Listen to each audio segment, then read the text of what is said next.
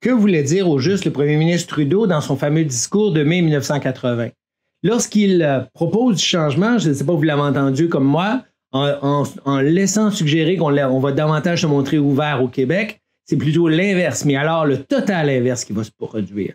Bien conscient que le gouvernement Lévesque a un genou par terre, qu'il vient de perdre, que dis-je, il vient d'être massacré à un référendum et qu'il ne peut plus donc parler au nom du Québec en disant « nous voulons plus de pouvoir, sinon ce sera l'indépendance », immédiatement, Trudeau lance une invitation à la tenue d'une nouvelle conférence constitutionnelle qui se déroule en novembre 1980, donc seulement quelques mois. Au retour des vacances, vous avez une photo ici qui est historique, lorsque Jean Chrétien, ministre des Affaires constitutionnelles, Ray Natation en arrière et Pierre Elliott Trudeau voient arriver la délégation du Québec au centre des congrès à Ottawa. C'est vous dire combien on avait vraiment l'impression que là, on pouvait enfin venir à bout du Québec et rapatrier la Constitution selon les volontés du fédéral. Donc, ça va aller très, très vite. Dès octobre 1980, Pierre Elliott Trudeau se dit prêt à rapatrier unilatéralement la Constitution. Ça voulait dire, en somme, sans demander aux provinces, immédiatement s'adresser à Londres pour qu'ils envoient la Constitution canadienne au Canada. Fini les folies, pourrait-il dire. Dans les médias, il ne garde l'appui que de l'Ontario et du Nouveau-Brunswick. 8 provinces. Donc, les autres provinces canadiennes, y compris un Colombie-Britannique, la Saskatchewan, l'Alberta et bien sûr le Québec, se contestent immédiatement ce droit du fédéral de rapatrier unilatéralement, c'est-à-dire sans leur consentement, la Constitution canadienne, puisque, dit-on à l'époque, c'est la convention de l'unanimité, pas question que Trudeau puisse agir seul. La Cour suprême, qui prend généralement des années à statuer, va rendre son jugement en seulement quelques mois. C'est un record et pour cause, parce que l'historien Frédéric Bassier l'a bien montré, c'est Pierre Elliott Trudeau qui avait nommé la plupart des juges à cette cour et on pouvait considérer qu'elle allait plutôt être favorable au fédéral. Mais le jugement dans les médias est partagé. Au lendemain de ce jugement, à la fois Pierre Elliott Trudeau et René Lévesque peuvent être contents de la décision de la Cour qui dit « Le fédéral ne peut agir sans être assuré d'un degré appréciable de consentement provincial. » Qu'est-ce à dire? Dans les médias, donc, ça dit « Trudeau, tu ne peux pas agir. Il faut l'appui des provinces. » Mais est-ce que vous voyez le mot « unanimité » ici? Non, il est tombé. On parle désormais de consentement appréciable. C'est-à-dire qu'il faut un certain nombre de provinces. Ça ouvre la porte, en somme, à rompre la règle de l'unanimité. Donc, si dans les médias, René Lévesque est content parce que la volonté de Trudeau de rapatrier unilatéralement est momentanément bloquée, à terme, Trudeau n'a qu'en somme à aller se chercher ce degré appréciable de consentement pour pouvoir obtenir le droit de rapatrier la Constitution. Pour l'instant, René Lévesque se sent confortable. Il a l'appui de 7 autres premiers ministres provinciaux. Il peut donc aller tranquillement coucher à son hôtel à Ottawa, à Gatineau, en attendant la reprise du débat constitutionnel qui est prévu le lendemain. Mais pendant une nuit, la fameuse nuit des longs couteaux, on propose que Jean Chrétien aurait fait le tour des délégations provinciales opposées au rapatriement unilatéral et aurait, une après l'autre, obtenu l'appui à la nouvelle Constitution de la part du Front commun allié jusque-là au Québec. Cette nuit des longs couteaux du 5 novembre 1981 surprend tout le monde. Au matin, on apprend que toutes les provinces se rangent finalement derrière Ottawa et que seul le Québec est désormais opposé au rapatriement de la Constitution. René Lévesque est foudroyé, il est médusé, n'ayant pas été informé des tractations qui avaient eu lieu pendant la nuit. Ça donne ce sympathique petit film.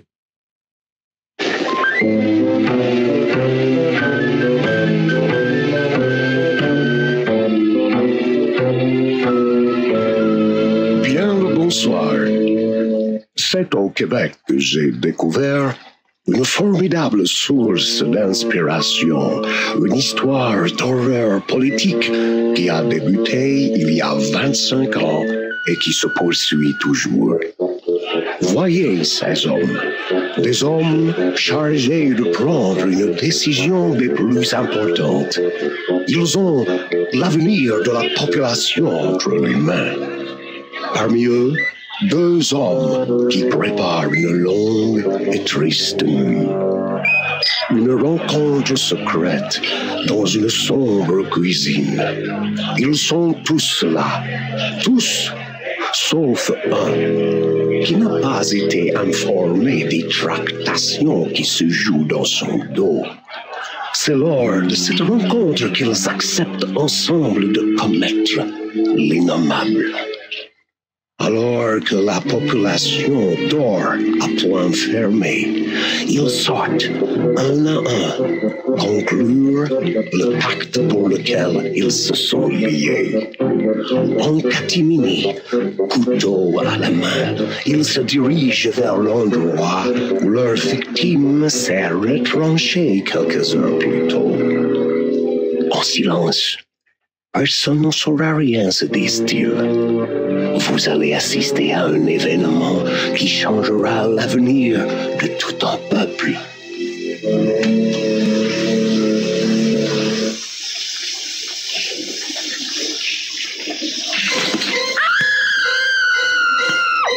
Cette nuit-là, ce n'est pas un, mais 10 coups de couteau qui ont marqué l'histoire. Et quelque temps plus tard, un joyeux pigeon voyageur rapportera au Premier ministre canadien le document que le Québec ne signera jamais, même après 25 ans. On se comprend, il y a personne de mort durant la nuit des longs couteaux, qui est essentiellement, en somme, une tractation effectivement secrète entre Jean Chrétien, ministre des Affaires constitutionnelles, et les premiers ministres qui jusque-là faisaient front avec le Québec, afin qu'ils se rangent et acceptent de bonne grâce de se joindre à l'effort fédéral afin de rapatrier la Constitution. Alors immédiatement, le Québec, évidemment, est en colère, quitte les négociations et s'adresse lui aussi à la Cour suprême du Canada, à nouveau. Il pose la question suivante: dans quelle mesure le fédéral peut agir sans le consentement d'une province, et pas la moindre, le Québec, une des provinces fondatrices du Canada, et qui jusqu'à nouvel ordre, quand même, représente le tiers de la population canadienne. Et le coup tombe brutalement. La Cour suprême rend justice à une vitesse fantastique. C'est depuis ce temps-là qu'on dit que la Cour suprême penche toujours du même bord. Le Québec, dit la Cour suprême, ne possède pas de droit de veto conventionnel. Le rapatriement sans son consentement est donc illégitime, mais légal. C'est une des paroles les plus lourdes de conséquences de l'histoire canadienne. Il s'agit en somme de considérer que la règle de l'unanimité était une coutume, une convention, mais qu'elle n'était pas obligatoire. En ce sens, puisque le fédéral est allé chercher un degré appréciable de consentement provincial, tout de même 9 provinces sur 10, on l'autorise à agir et donc à appliquer la nouvelle Constitution à l'ensemble des Canadiens, y compris aux Québécois. C'est pas gentil, ça. C'est pas légitime, mais le fédéral a le droit. C'est donc dans cette faille que se faufile Pierre-Éliott Trudeau et que, tambour battant, il fait adopter quelques mois plus tard une nouvelle Constitution, qui est adoptée donc en décembre 1981 par la Chambre des communes, puis rapatriée, obtient la sanction et la signature de la reine en avril 1982. Elle est finalement signée sur la colline parlementaire à Ottawa en juillet 1982. Depuis ce temps, le Canada a une nouvelle constitution. Le Québec ne l'a pas signée, n'a obtenu aucun nouveau pouvoir. Le fédéral, lui, a obtenu ce qu'il voulait, une charte des droits et libertés et surtout une nouvelle formule d'amendement. Et c'est ça qui est ironique. Le Canada a désormais, depuis 1982, une manière de changer sa constitution, une formule d'amendement, et tenez-vous bien, c'est désormais la règle de l'unanimité. Bref, la vraie unanimité. Alors, ironiquement, Pierre-Éliott Trudeau aura profité d'une faille, le fait que l'unanimité n'était qu'une coutume non constitutionnelle, pour obtenir le rapatriement de la Constitution sans le consentement du Québec. Mais maintenant qu'il l'a, il verrouille à triple tour cette nouvelle Constitution, qui, pour être modifiée, devra obtenir à nouveau la vraie unanimité. Aussi bien dire que ce sera désormais impossible de modifier cette Constitution, si bien que la Constitution de 1982, voulue par Pierre-Éliott Trudeau, est toujours intacte à ce jour. Alors, cette Constitution de 1982 crée un cadre constitutionnel inédit dans l'histoire du Canada. Il y a bel et bien un avant et un après 1982, une nouvelle Constitution sur de nouvelles bases. Pourtant, rien ne change en soi, du moins pour les Canadiens en général, puisque le texte est tel quel celui de la Constitution de 1982. Simplement, on lui adjoint un certain nombre d'articles, notamment la fameuse Charte des droits et libertés de la personne. Le Québec avait déjà une telle charte depuis 1975. Désormais, la nouvelle charte fédérale a préséance sur celle du Québec et elle va d'ailleurs surtout servir à limiter les droits collectifs des Québécois, notamment à propos des dispositions de la loi 101 sur l'affichage et la langue d'enseignement. Donc, la Charte des droits et libertés, aujourd'hui, est une grande loi canadienne, dirions-nous, parce que vous avez appris à l'école qu'elle permet de protéger les personnes individuelles, etc., etc. Mais initialement, elle aura surtout servi à torpiller les lois visant à protéger la différence québécoise. En attendant la Constitution de 1982, c'est d'abord et avant tout le triomphe personnel de Pierre Elliott Trudeau qui réalise ses attentes les plus folles, c'est-à-dire rapatrier la Constitution au Canada, pouvoir y intégrer une charte des droits et libertés, restreindre au maximum les gains pour le Québec et s'assurer de verrouiller la Constitution pour de très nombreuses années, puisque désormais la nouvelle formule d'amendement prescrit la règle de l'unanimité. Alors, aucun gain pour le Québec où la Constitution s'applique même s'il ne l'a pas signée. Et par ailleurs, des articles de la loi 101 sont presque immédiatement invalidés par la nouvelle Charte des droits et libertés qui protège notamment les droits des personnes, et notamment en matière d'affichage d'entreprises commerciales et de langue d'enseignement pour les enfants. Alors, au moment de situer le lac Meech, il faut bien saisir que pour bon nombre, pas juste les Québécois, Pierre Trudeau est devenu un peu l'empêcheur de tourner en rond, c'est-à-dire celui qui a placé le Québec, qui a humilié le Québec, ça plaît à certains, mais d'aucuns considèrent que c'est une situation qui est intenable. Même à l'extérieur du Québec, on a le bon sens de comprendre qu'on ne peut pas maintenir le Québec de force dans une prison constitutionnelle et le contraindre à une constitution qu'il a refusée et que tous les partis du Québec à l'époque, pas seulement les partis québécois, mais aussi le Parti libéral, refusera de signer jusqu'à nos jours, depuis 40 ans. Dans les circonstances, on saluera donc le départ de Pierre Elliott Trudeau puis son remplacement d'un premier temps par John Turner, mais surtout ensuite l'avènement d'un nouveau premier ministre issu du Québec, mais qui parle plus le joual, qui semble un authentiquement sympathique à la cause du Québec et qui va se lier d'amitié avec le nouveau premier ministre qui succède à René Lévesque, le Robert Bourassa, deuxième manière, celui qui redevient premier ministre du Québec en 1986. Ils vont ensemble proposer un accord qui permettrait au Québec de signer la Constitution canadienne en italique dans l'honneur et dans l'enthousiasme. Le but étant que cette Constitution-là, oui, elle a été rapatriée, c'est même un gain, et non, le Québec ne l'a pas signée. Alors, dans les circonstances, on pourrait faire en sorte de la rouvrir momentanément afin de satisfaire minimalement les demandes du Québec pour qu'il puisse, en somme, signer une fois pour toutes cette Constitution-là et qu'on puisse tourner la page sur le fameux débat constitutionnel. Le Québec embarque. Le Québec est prêt à amender honorable, convaincu lui aussi que le vrai problème venait en fait de Trudeau et Trudeau n'est plus dans le décor, en tout cas pas jusqu'à nouvel ordre. Dans les circonstances, le Québec va proposer 5 conditions minimales. Ces conditions-là, vous n'avez peut-être entendu parler. C'est des pouvoirs accrus en matière d'immigration, contribuer à nommer les juges qui représentent le Québec à la Cour suprême, une représentation fixe et claire au Sénat canadien. Mais de loin, la plus importante, c'est que soit enchâssée dans le préambule de la nouvelle Constitution de 1982 une clause spécifiant qu'à l'intérieur du Canada, le Québec forme une société distincte. Ça aurait été une clause interprétative, c'est-à-dire que lorsque le Canada adopte des lois, il doit tenir compte de cette particularité, de cette distinction québécoise au moment de formuler des lois. C'est elle qui va faire le plus discuter et surtout, c'est elle qui va faire finalement dérailler le processus. Il y a toutes sortes de malentendus. En anglais, distinct veut davantage dire supérieur, tandis qu'en français, ça veut juste dire différent. Peu importe. Dès le départ, c'est sous les chapeaux de roue, mais l'enthousiasme de Brian Mulroney et de Robert Bourassa est tel, il est communicatif. Ce sont 2 fédéralistes. Alors, les autres provinces embarquent d'un premier temps et finissent par s'entendre autour d'un accord qui viserait à rouvrir la Constitution, à faire adopter par chacune des législatures de chaque province la nouvelle loi constitutionnelle et on passe à autre chose. Ce qui est sûr, c'est que Brian Mulroney donne le goût aux Québécois d'y croire et ils vont donc lui donner une forte majorité aux élections, ce qui lui permet de mettre en branle son projet de nouvel accord constitutionnel. Il va donc réunir les premiers ministres de toutes les provinces et conclure une entente qui est connue donc sous le nom des accords de Meech-Langevin en juin 1987. C'est très intéressant parce qu'à partir de ce moment-là, le Québec, d'ailleurs, est le premier endroit à voter à sa législature. C'est d'ailleurs la date symbolique, le 24 juin 1987. Ça lançait le compteur. Rappelons-nous, la Constitution de 1982 prescrivait qu'il était possible de modifier la Constitution, mais à 2 conditions. La première, c'est obtenir l'unanimité de toutes les législatures provinciales et du fédéral. La deuxième, c'est que ça soit fait à l'intérieur d'un délai de 3 ans. Au début, on ne s'inquiète pas, le vent souffle dans la bonne direction, l'Ontario vote l'accord du lac Meech, la Colombie-Britannique aussi, mais ça se met à tout sauter.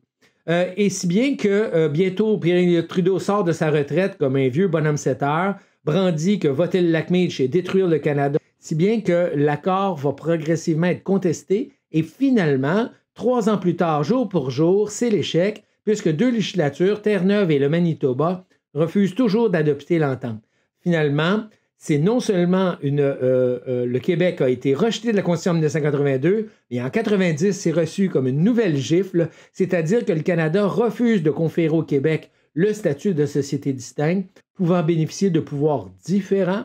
Dans les circonstances, ce n'est plus Trudeau là, désormais qu'on accuse d'avoir été manigancé contre le Québec, c'est manifestement la volonté du Canada anglais, qui fait en sorte donc que l'accord du lac Meech est rejeté, il tombe comme non avenu, c'est-à-dire qu'il faudrait tout recommencer à zéro. L'option souverainiste, à ce moment-là, connaît un regain sans précédent. L'option souverainiste au Québec qui avait, disons, connu une première montée lors de l'élection du Parti québécois en 1976, puis retombé à la veille du premier référendum, remonte en flèche à l'orée des années 90 et rejoint 60% des Québécois en 1990. De nouveaux accords sont proposés, un peu dérisoires, en octobre 1992, seront même portés aux voix par référendum en octobre 1992, donc les accords de Charlottetown, qui proposent une version un peu édulcorée, qui saupoudre aussi pour des Autochtones et puis qui offre un peu des satisfactions à gauche et à droite, est aussi rejeté. Et c'est intéressant, le non l'emporte, mais à la fois les non pour les Canadiens, Canadiens anglais, qui considèrent que ça donne encore trop au Québec, et non pour les Québécois, qui considèrent désormais que ça ne donne plus assez. Décidément, ça me semble irréconciliable.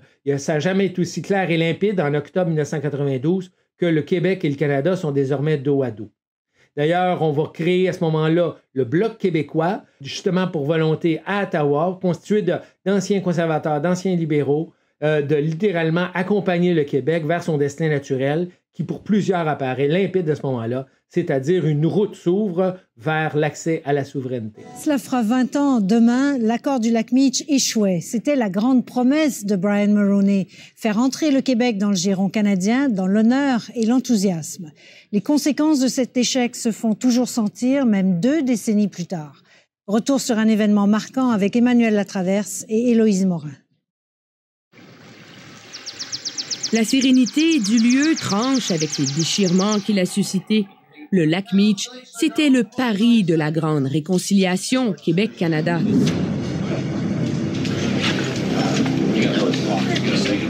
Nous en sommes arrivés à une entente de principe entérinée par tous les premiers ministres. Elle constitue, de l'avis des premiers ministres, une réalisation historique. Il y a là une consécration du caractère distinct du Québec. Le rêve de millions de Québécois et de Québécoises se réalise. Ce rêve, c'est surtout un rendez-vous manqué avec l'histoire. Meech, c'est aussi la chronique d'un échec. J'ai dit depuis le début que le lac Meech était un mauvais accord, mauvais pour les Québécois, mauvais pour les Canadiens. L'accord du lac Meech reconnaît le pays réel. L'échec de Meech a congelé le Canada d'une certaine époque. L'histoire d'une déchirure. Et je me vois contraint de quitter le gouvernement. Un échec surtout dont les conséquences se font encore sentir aujourd'hui. C'est l'aveu qui vient de dire ça. Du malaise constitutionnel à la formation du Bloc québécois.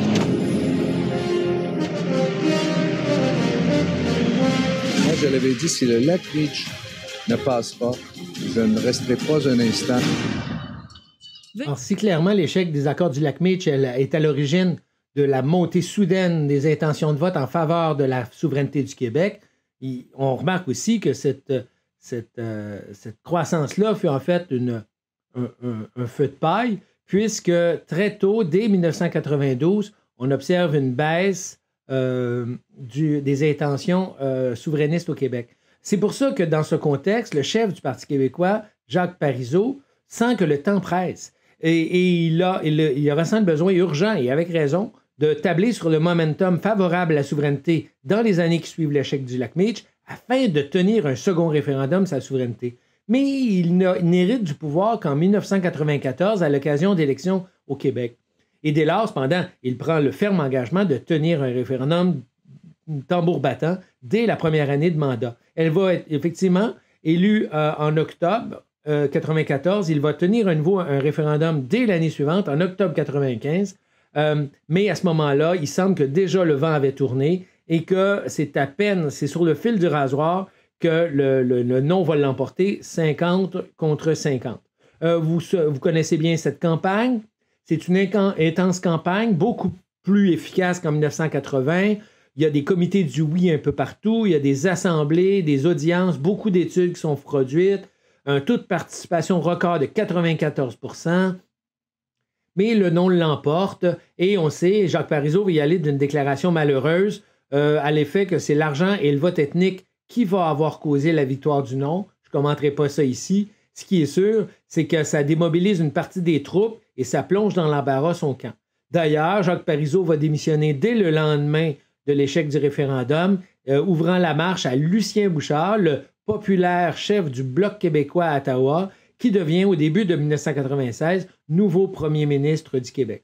Bouchard tambourine à ce moment-là qu'il n'y a pas d'urgence à tenir un nouveau référendum, mais qu'en revanche, il va tout faire en sorte de recréer les conditions gagnantes en vue d'aller chercher ensemble les quelques 54 000 voix qui auraient permis la victoire du oui en 1995. Un des événements les plus mémorables est la tenue à Montréal d'un vaste love-in, une opération complètement commanditée par l'entreprise privée et le gouvernement fédéral, où des dizaines de millions de dollars ont été dépensés afin de créer un vaste engouement en faveur du non à peine 48 heures avant le vote.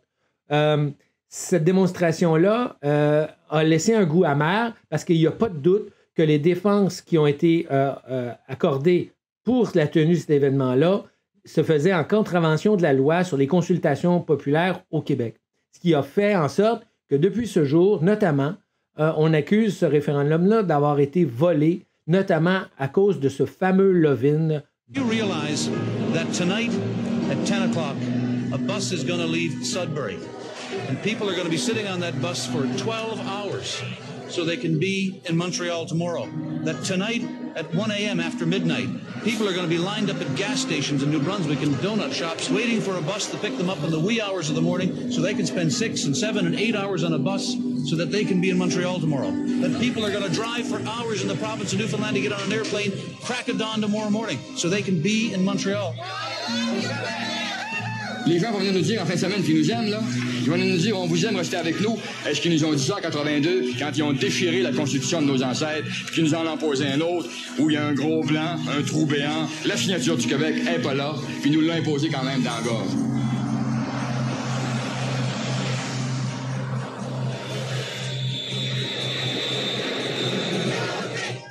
Le vendredi 27 octobre, Brian Tobin gagne son pari au-delà de toutes ses attentes.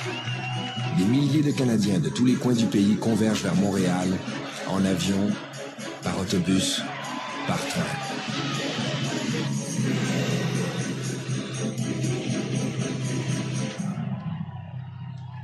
Je vous demande aujourd'hui, est-ce que vous croyez ceux et celles qui pensent qu'en séparant le Québec du Canada, nous pouvons grandir encore? Est-ce que vous les croyez? Le 30 octobre, nous dirons non!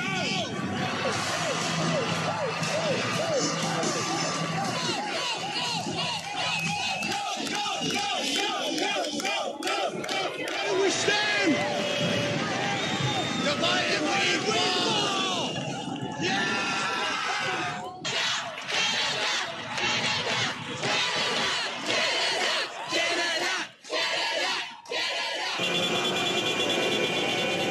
Les discours terminés, la foule enthousiaste se disperse dans les rues de Montréal. Je trouve qu'à moins une, là, c'est un petit peu ridicule. Là. Tu sais, c'est comme... ça n'a pas de bon sens. Non, non! Mais tout autour de la place du Canada, il y a des accrochages et des engueulades. Plusieurs Québécois considèrent que cette manifestation est illégale. L'événement est perçu comme une invasion, une agression. J'étais un non, moi, jusqu'à hier. Fait que tais-toi. Maintenant, je suis un oui. C'est épouvantable parce qu'ils n'ont pas le droit de venir nous dire quoi faire. On est chez nous ici. Qui se mêlent de nos affaires. Si c'était venu ici, si le non avait été en avance de 56 « We love you, Québec », ouais, « We love you », ouais. Hein? Ils nous aiment pas, le Québec. Ils ont peur, ils chient dans le culotte, puis je suis bien content. Bonjour. Le 30 octobre 1995, 93,5% des électeurs se sont exprimés sur l'avenir du Québec avec un résultat particulièrement serré. Le non l'emporte finalement à 50,6% contre 49,4% pour le oui. Cette carte particulièrement précise fournit des résultats par pourcentage et par bureau de scrutin. Elle révèle le rôle de 3 variables déterminantes dans le choix des électeurs: la langue, le revenu et la proximité d'une frontière. Les francophones ont ainsi voté oui à 60%. Quant aux anglophones et aux allophones, ils ont massivement voté oui pour le non à plus de 90%. Le non l'emporte par ailleurs dans les localités fortunées, comme la banlieue cossue de Montréal et de Québec. Inversement, le oui obtient ses meilleurs scores dans les régions plus pauvres. Finalement, la proximité d'une frontière semble avoir incité les électeurs à rejeter la souveraineté du Québec. Le oui l'emporte en général dans la vallée du Saint-Laurent, essentiellement peuplée de francophones des classes moyennes. Les zones frontalières, notamment la Beauce, résistent cependant farouchement au courant souverainiste. L'appui au oui est particulièrement fort au nord de Montréal, sauf là où on retrouve une minorité anglophone, à Rawdon, Fiafonter, à Berthier, Shawinigan et Stoneham.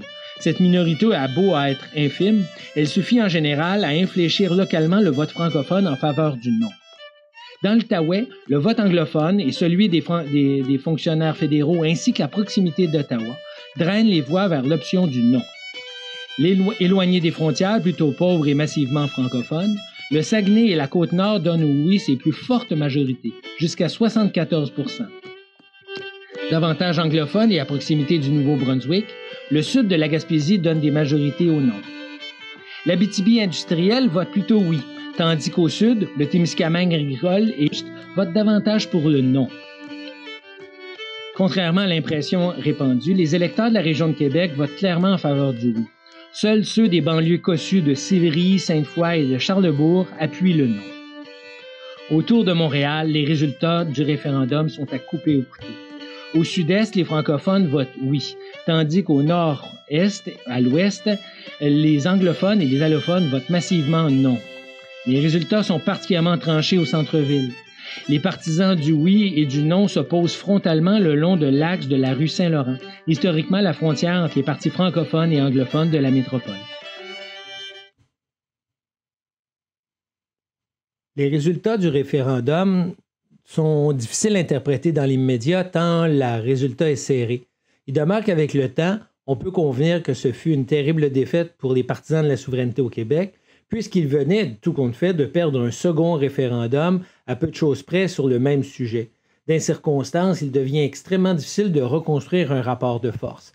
Progressivement, la coalition souverainiste là, va s'éroder. D'anciens souverainistes vont soit renoncer au combat, tandis que le gouvernement fédéral va renforcer les outils permettant de minimiser son importance au Québec et d'endiguer le sentiment d'appartenance au Québec. Très tôt, au lendemain du référendum, donc, Jean Chrétien entreprend d'intégrer à son cabinet deux poids lourds, Pierre Petitgros et surtout Stéphane Dion, qui vont être responsables de ce qu'on a appelé le plan B.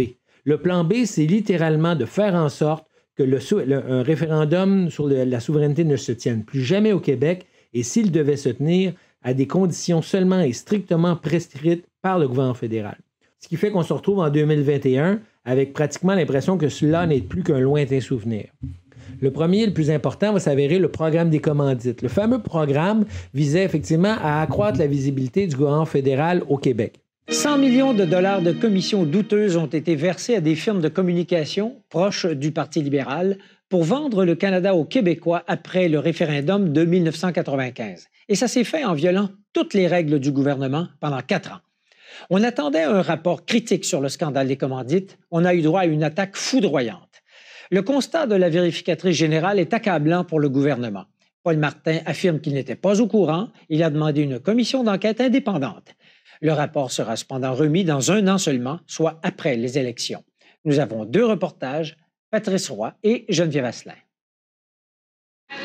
Quand une comptable se dit alarmée, dites-vous que les choses vont vraiment mal. Ça fait 2 ans presque qu'on est dans ce dossier et on pense des fois qu'on vient un peu... on devient plus scandalisé par les choses, mais quand je lis le rapport, chaque fois, je deviens en colère. Ce n'est pas un rapport de vérification que Sheila Fraser vient de déposer, mais un coup de poing sur la table d'une femme scandalisée de voir un gouvernement dépenser 250 millions de fonds publics en violant de façon aussi grossière toutes les règles. C'est que les règles doivent être respectées à tous les échelons du gouvernement. Premier constat, Sheila Fraser affirme que le programme des commandites a été improvisé en vitesse au lendemain du référendum de 1995, sans analyse formelle ou plan stratégique. Le but, placarder le Québec d'affiches Canada, et pour cela, il fallait contourner systématiquement les règles, note-t-elle, et les agences chargées d'administrer les commandites, toujours les mêmes, Everest ou Groupe Action par exemple, ont fait des affaires d'or en recevant 40 % en commission. 40 % de 250 millions, c'est 100 millions de dollars que la vérificatrice remet en cause. On a ignoré ou violé les règles à toutes les étapes du processus pendant plus de 4 ans. À ceux qui répondent que tout cela s'est produit parce que le gouvernement fédéral était en guerre contre les souverainistes. La fin ne justifie pas toujours les moyens, a lancé Sheila Fraser avant de retourner à ses enquêtes. Si le scandale des commandites est l'aspect le plus visible, là, le plus spectaculaire, il demeure que la loi C-20 sur la clarté, votée peu de temps après en 2000, est aussi très contraignante. Elle fait en sorte que Ottawa s'engage à ne pas reconnaître le résultat d'un référendum s'il ne respecte pas les conditions qu'il prescrit. Notamment une question claire, c'est de là le nom de Sur la clarté, et un résultat clair. Certains parlent même qu'il faudrait qu'un référendum gagnant ait plus de 60 voire 65 % pour que ça soit suffisant, disait-on, pour briser le Canada. On va également accorder, surtout après 2001 et les attentats du 11 septembre au World Trade Center, on en tire parti pour accroître les pouvoirs de la police fédérale, le fameux SCRS. On va aussi également procéder à des écoutes électroniques qui visent plusieurs groupes, dont les séparatistes québécois. Et bien sûr, on va multiplier les jugements des cours supérieures invalidant des lois québécoises, dont la loi 101, mais aussi la loi 99, des lois qui, en somme, qui visaient à renforcer le caractère distinct du Québec, mais que l'État fédéral n'entend plus tolérer. Rappelons que le long intérim de Jean Charest à Québec, là, qui va s'étendre tout compte fait de 2003 à 2012, puis de 2015 jusqu'en 2018 avec Philippe Couillard, va briser la ferveur nationaliste au Québec, laisser transparaître un parfum de corruption à Québec, ce qui enlève toute espèce de fierté ou fougue aux nationalistes québécois. Finalement, la règle de l'unanimité, prescrite en 1982, fait en sorte que la Constitution canadienne n'est pas près d'être changée ni même d'être modifiée. À l'heure actuelle, on parle par exemple d'abolir le Sénat ou de le réformer, d'accorder aux Autochtones davantage de droits. Tout ça n'est que de la rhétorique tant que s'applique la Constitution de 1982 qui fait en sorte que le Canada est devenu un véritable carcan constitutionnel. Dans les circonstances, souverainistes et fédéralistes se retrouvent dos à dos plus que jamais, les uns souverainistes semblant incapables de constituer une majorité, les autres, les fédéralistes, semblant tout à fait incapables d'offrir aux Québécois une avenue emballante, un projet de pays auquel ils puissent adhérer et auquel ils puissent s'attacher.